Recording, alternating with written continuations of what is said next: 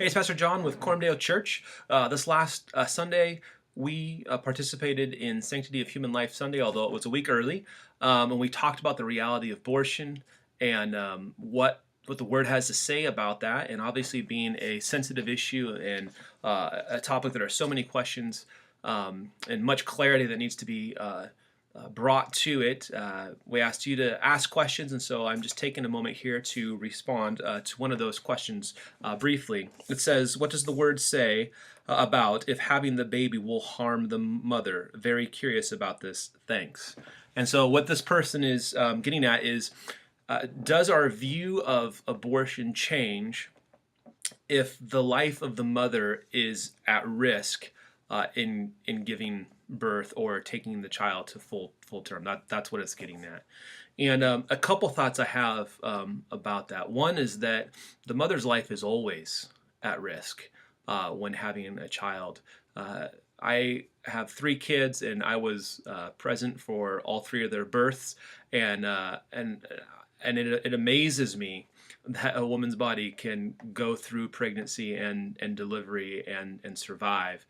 For many, many years in world history, actually until just recently, pregnancy and was a major cause of death for mothers and for children. It's just recently with modern medicine that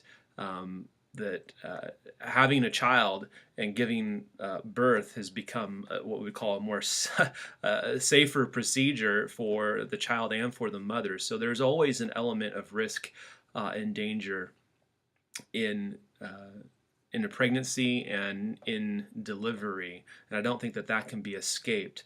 But I also want to point out something, that sometimes questions have hidden assumptions, and I think there's a hidden assumption in this question. And I try to expose it and kind of maybe redirect it. What we looked at in Psalm 106, it talks about God hating that his people were sacrificing their children. And he refers to it as shedding of innocent blood. And we talked about how abortion sheds innocent blood. It kills an innocent human life. The child has done nothing to deserve being killed. And if the child was already born and was outside the womb, and we ask the question, if the child puts the mother's life at risk, is it okay to kill the child? I want to think that the natural answer to that would be no. It's not okay for the mother to kill the child when the child is outside the womb if that child threatens the life of the mother. In fact, the most motherly thing to do, or fatherly thing in that, for that instance, would be for the mother or father to give their lives so that the child could live. There would be a beautiful echo of the gospel in that type of a scenario. So why would that be different for the child in the womb?